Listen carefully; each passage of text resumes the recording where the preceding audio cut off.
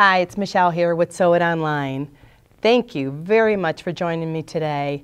I'm very excited about this particular webinar because it's an accumulation, if that's even the right word, of all these videos that we have shot for you. It's about the serger. It's getting to know your serger, not to be intimidated by it anymore. Pull it out of that closet and work on it. I know I'm actually going to be reviewing these same videos just to remind myself, because there's so much out there about sergers that you kind of need to keep up with it. So we did these videos and we did this A to Z serger work course for a few different reasons. One, this is so much information in this workshop that we just kept building and building and building. And I've taught usage classes for a little while now, and one of the things that kind of keeps coming up is some people will say, "Can I take you home with me?" And you know what? It just, I feel so good when they say that, because I know, one, they like how I teach, but they need some more help at home. Well, you know what? You can bring me into your home by signing up for this A to Z serger workshop. It is just so much information. You're going to see techniques. There's techniques on different presser feet, simple techniques. There's bonus projects in there. There's so much information in there. I can't even tell you how many hours it is. But the great thing about it is we can carry on a discussion. You and I, along with the other people and the other members that sign up for this course, can discuss what we're working on the serger, that particular technique, the video that you just saw. You can jump around this course so that, if you want to see what that ruffler foot can do, jump right over to that ruffler foot. But if you want to do a simple tying on or tying off technique, jump over to that area. You can watch these videos over and over again. Now, you may get sick of looking at me, but you know what? You can watch what you need. You can begin the course from the very beginning welcome video and run it all the way through. Talk to me about what you're working on. If you have questions on something, I would love to get a discussion going and get feedback from both of you. I'm constantly learning, you're going to be constantly learning, and you're going to pick up on the sergers and the lingo, that when somebody talks about a serger, you're going to pick up on it, you're going to understand it the more and more you use your serger. So thank you for joining me for this webinar. What we're going to do is talk about the lace attachment foot. It's 4 techniques that's not even in the serger course. So these are 4 techniques that are a bonus on top of that A to Z serger workshop. So let's get busy with that lace attachment foot. So I'm going to talk about the lace attachment foot. I didn't do any lace attachment foot videos for the serger workshop, so I thought I'm going to save it for now so you kind of get a little preview of some of the techniques and kind of like how I work my videos on showing different things that you can do, not only with presser feet, but with a lot of other things when it comes to your serger. So let's first talk about the lace attachment foot.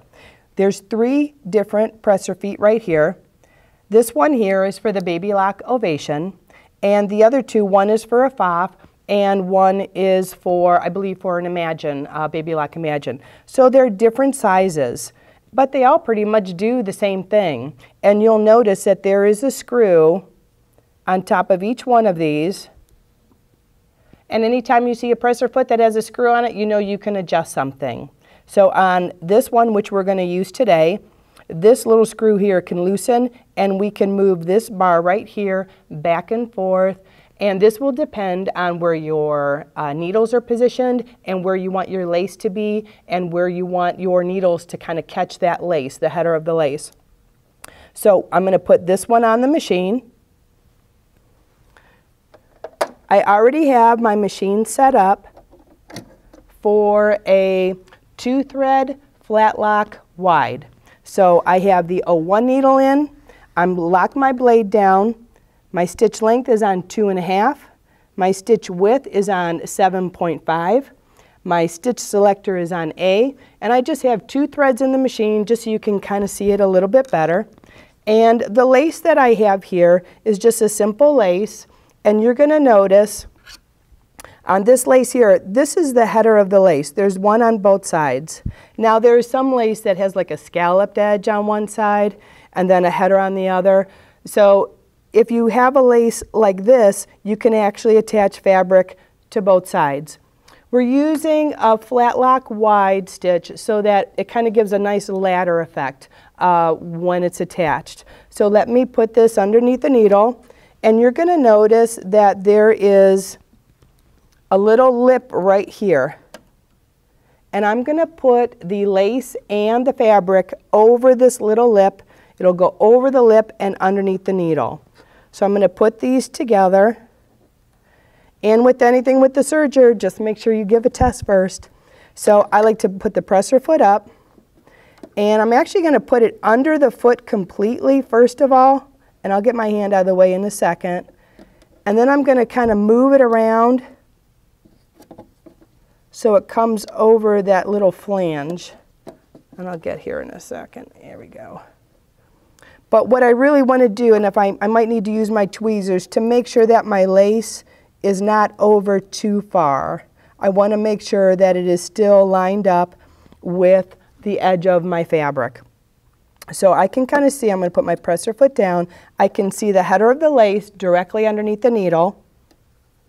I'm going to line this up. And for my test purposes, I kind of found out that I want to set this little edge right here where the lace and the fabric will butt up against. It's going to be about 1/8 of an inch to the right of if the right needle was in. So there's a little notch right here that shows me where the right needle would be if it was in the machine. So I'm just going to go just 1/16 to 1/8 to the right of that. So we're going to put a presser foot down. I'm going to take a couple stitches, and if I notice that my stitch is over too far, I can then bring my lace over.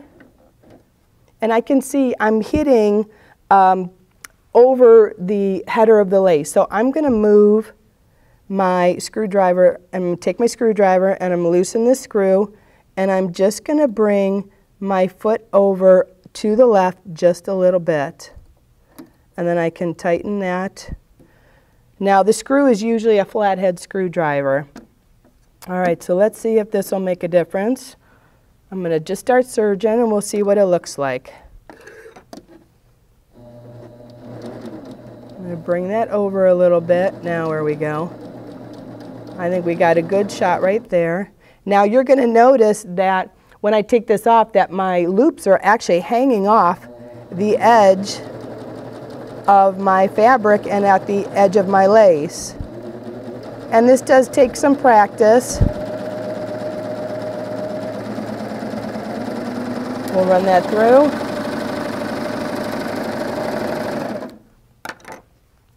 And you can see how they're hanging off the edge of the fabric. That's kind of what I want, because when I open this, I'm going to just pull this slightly. Let me put it on the table and then I'll put it back up here real quick. You're going to notice, especially right here, I have a nice ladder stitch. And this ladder stitch is what's holding the lace to the fabric. And I can do the same thing on the other side. And again, I just do a gentle pull. And I have a nice ladder stitch there. This pillow here, I'm going to bring this to the forefront here. You're going to notice I did the same thing. It's a little bit different lace. And I have a ladder stitch going down right here. And it's attaching, I have a piece of fabric attached to both sides. Now you may want to make sure that it's maybe tightened up a little bit, or maybe your stitch length might be a little bit shorter, so that you know it's secure. But isn't that cute? Nice little pillow, all made on the serger. So the next thing we're going to do is actually we're going to do the same thing, attach lace to fabric. But this time, I'm going to have the blade cutting. So I'm going to put the blade back up. Now I'm going to put my fabric is going to be underneath this little flange right here. So it's actually going to be off to the side and cutting, but I'm going to keep my lace inside that little guide. So I'm going to put my fabric in first. I'm going to turn my hand wheel so I can get my blade up and running. Let me pick that up a little bit. There we go.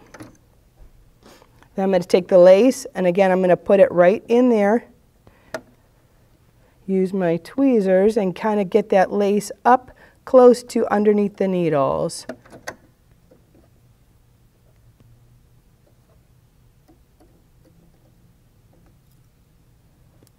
You know what? I'm going to take a couple stitches to get my fabric anchored.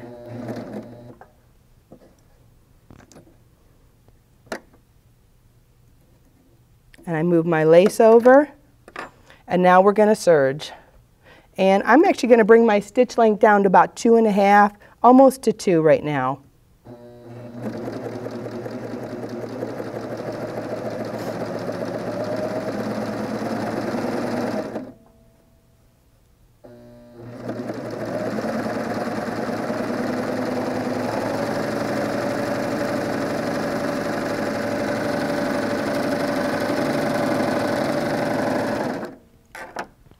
So I want to show you what I did, and I guess why I did it too. You're going to see that my stitch is pretty tight, and it's actually right along, and you can even see my purple fabric right there, okay? So when I open this up, I'm just going to give a nice tug here.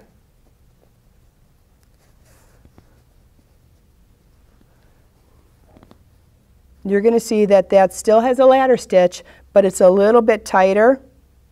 And it's a little bit more secure. So you can do it either way, whether it be the fabric underneath the guide and the lace over the guide, or both of them together underneath the foot. I think this is a little bit stronger technique. The other technique is a little bit looser. It's a little bit more decorative, and you can certainly use decorative thread to make that show up. So I would then attach another piece on the other side.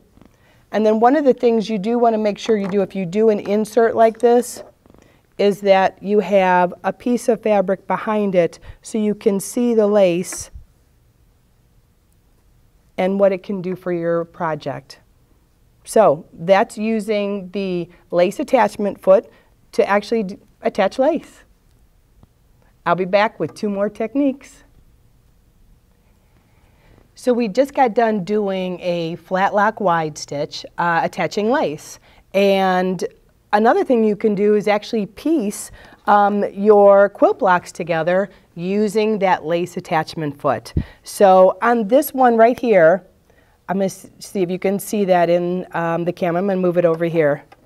And you can see the ladder stitch, and I used a decorative thread in there. You can piece the quilt block together and then put the whole thing together. You can get a nice effect here to get a little bit of embellishment on your blocks, but I also want to show you how to get that perfect 1/4 inch seam allowance using a lace attachment foot. And how easy could that be?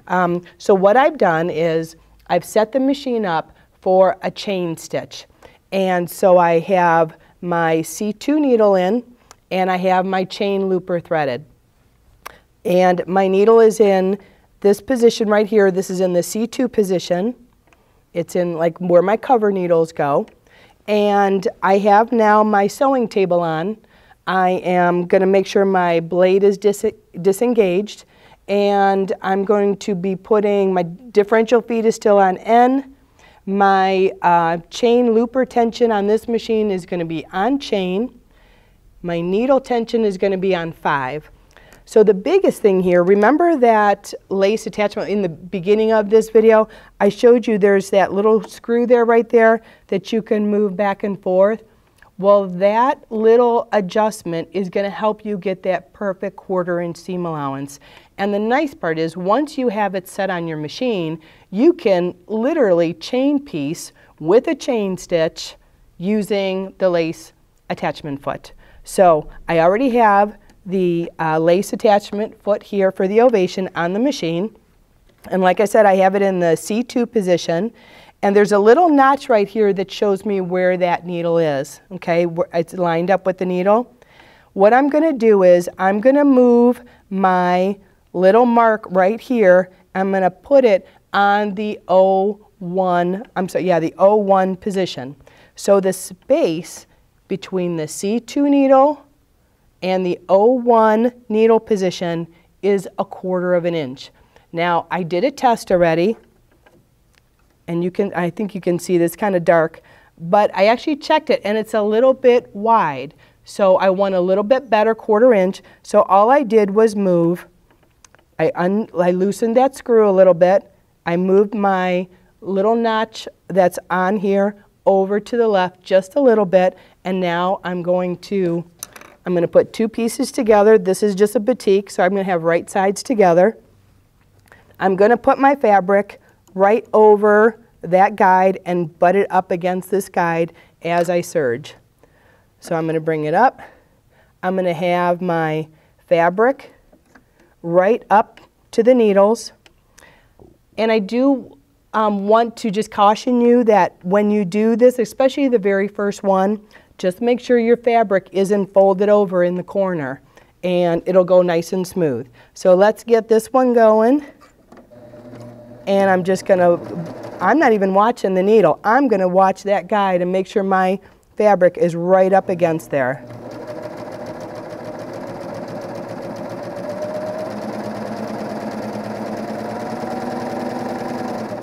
I'm also going to help my fabric. I'm just going to help guide it all the way through. Because it's such a wide spot from here to here, I just want to make sure I don't let go of that fabric. And then I can put the next piece in to keep going.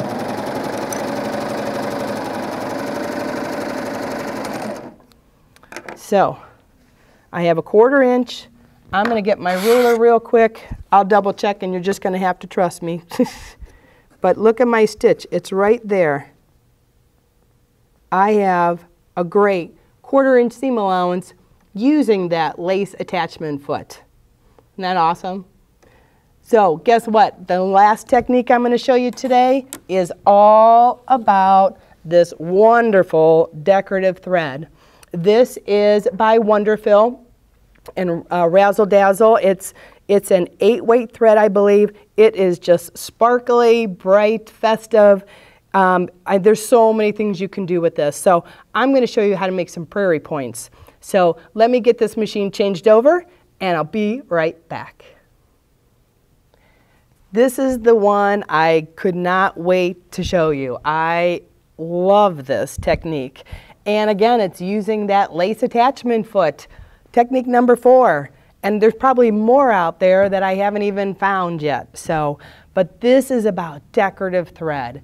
They have come out with this 8-weight thread. Look at this stuff. This is by Wonderfill. This is called Dazzle. It is a metallic rayon. Gorgeous, gorgeous. All different colors. You're going to see the display that's behind me, and you wouldn't believe how many colors there are.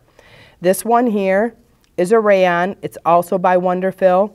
But look, you can get it either in a plain, a solid color, nice and shiny, or look at this variegated. How cool is that?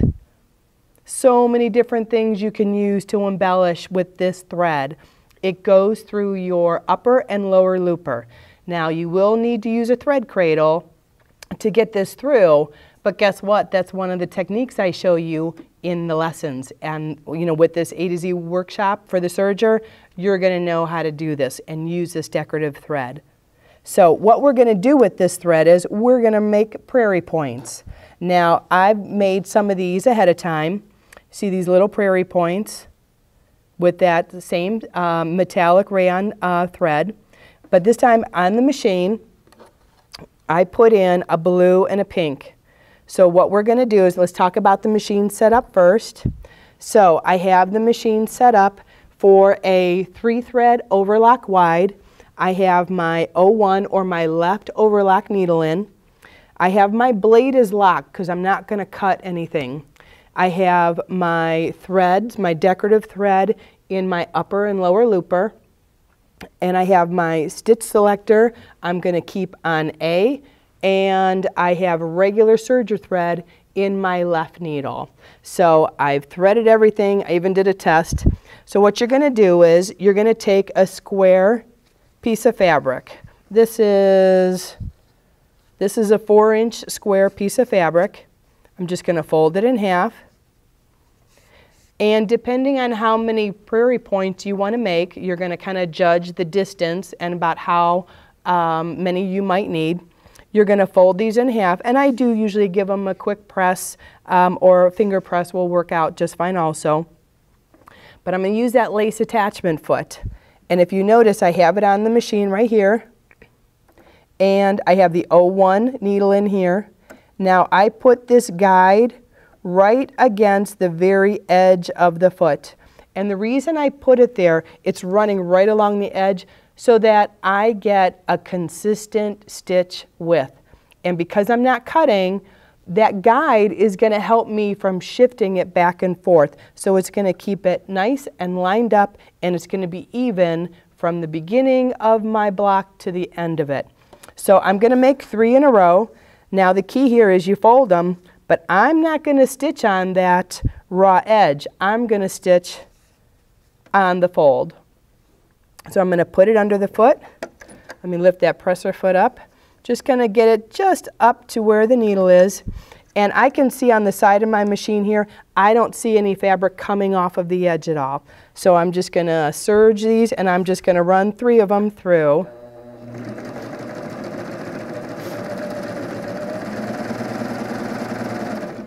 And if I notice my thread came out back here, I'm going to open up my doors, and I'm just going to make sure it clicks back in there. You're going to get used to those things that go with your machine that something isn't quite right. You're going to pick up on them the more you use your serger. And let's run another one through. You can chain piece these. And I just start the next one.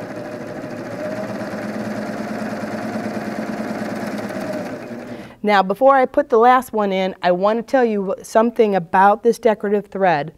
This decorative thread, the way I have it coming off the machine right now, is just coming straight up. But one of the things that you can get is what's called a thread spool pin adapter. I've seen these used on sewing machines for decorative threads, especially like metallics, but you can certainly use this on your serger.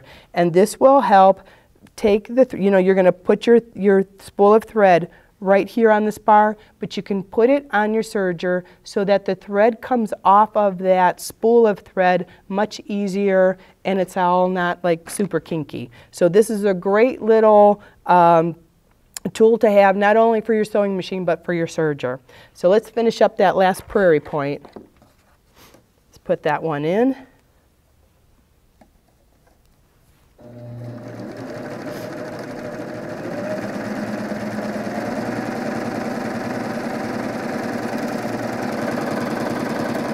Look how pretty this thread is. Oh, I got it. I love it. Okay, so I have my 3 squares. So that is this is the upper looper, and this is the lower looper. I did it so it was contrasting. So, the variegated looks great on this also, but I love the sheen and the shine. So what I'm going to do is I'm going to clip these apart real quick. But I'm not going to, like this one, I'm not going to go all the way to the end. So to make your prairie points, I'm going to fold this up, I should say. And I'm just going to meet raw edge to raw edge. And I can just give it a finger press. I don't want to clip these at the, real close yet until I know where they're going to go on the serger, or in my piece, I should say. So then I'll just take a wonder clip and I'll just kind of clip them together. So I'm going to do this one because you notice I can then alternate the colors. If I have different colors in,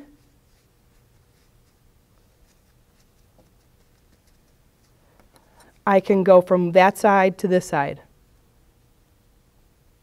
So what do you do with prairie points? Well, I'm sure many of you have made them with your quilts, so we can bring this over, and you notice I just took 2 pieces of fabric and I attached my prairie points right into the seam, and I just figured out how many I needed to make.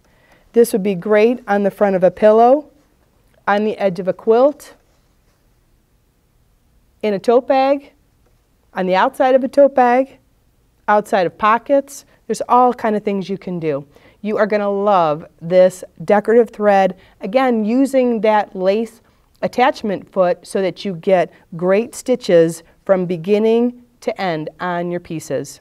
So those are prairie points using decorative thread. I hope you enjoyed the presentation, and I have a quick question for you. Are you fully confident with using your serger? You see, we made tonight's presentation because Michelle has taught hundreds of students sewing, embroidery, and quilting techniques. And we always hear how scared everyone is to use their serger, or more importantly, they're just not confident enough to use it as much as they would like to. Now, we all know how frustrating sewing can be when things don't work out how they're supposed to, and quite frankly, I think we all understand that it is just not a fun experience to go through. And I think this happens a lot when people bring out the serger. This is why we created the Serger Confidence Workshop. Michelle created a course where her students could go home and be able to re-watch what she taught them, but also help as many students as possible around the world. These days, Michelle is always in the store teaching classes. It's like she can use the serger to quilt, create pillows, or even awesome mini quilts with her eyes closed. But she still remembers when she wasn't confident and would be stressed out about how to thread the serger, secure the thread tails, or even do simple gathering. These days, Michelle teaches students everything they need to know, from threading it to what presser feet you can use to simple techniques and how to use them. Now, there's no doubt in my mind that you'll be able to become confident in using your serger. I just want to save you some grief that you'll likely go through, and that's why I want to invite you inside the brand new Serger Confidence Workshop and give you a step-by-step videos over everything you need to know about using the serger. Here's what the course includes. These are all videos: tying on, tying off, securing thread tails, curves, gathering part 2, and these are great because it's the basics that you can watch as many times as you want. We also go into using thread creator with woolly nylon, 3-thread rolled hem, lettuce edges, ruffler foot, elastic foot, chain cover foot, piping, cording foot, how to attach a zipper. These are great because it shows you what's possible on your serger and some pretty cool feet you might not have known about. Then we go into cover stitch, decorative thread, double fold bias binder, serging pocket separators using the cover stitch, belt looper binders, chain stitch extra, and these are great because they are advanced techniques and stitches that really take you to the next level.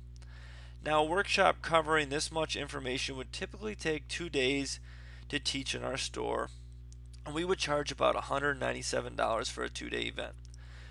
The workshop will be $97 online, as it is an online course, as of today. But I want you to know I always offer a discount on these webinars, but I make special offers, limited and always for a limited time. So we're going to give you the serger course today for $50 off the retail price. That's right, you're not going to pay $97, it's only $47. Now think about this. If you had to take this class in a group setting with Michelle, it would take about 8 classes to learn it all, so you have to come in 8 different days, plus maybe a few one-on-ones if you do need refreshers down the road. 8 classes at $30 each is $240, but you wouldn't even get the videos to go home with and watch over and over when you need a refresher. So that's easily a $300 value.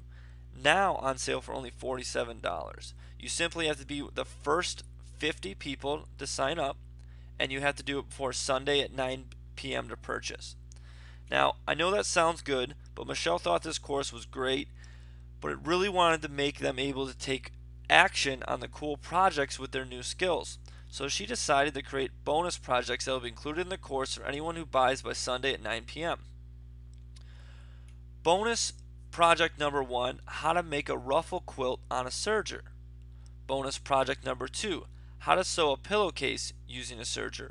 And bonus project number 3, how to make a party ruffle skirt on a serger. Now, those are all included in this if you purchase by Sunday at 9 p.m. and you're in the first 50 people. I know that puts a lot of pressure on you, so I'm going to make this decision extremely simple. You can grab the Surge Your Confidence workshop today, try it out, and for some reason you don't achieve the results I'm promising you today, you're covered by our 14-day money-back guarantee. Because the limited nature of this offer, I don't want to take up too much of your time. So if that buy button is still open, I recommend clicking it now and securing your spot before it's too late. Again, I'm Connor from Sew It Online. I want to thank you for watching our presentation and I hope that you claim the new workshop.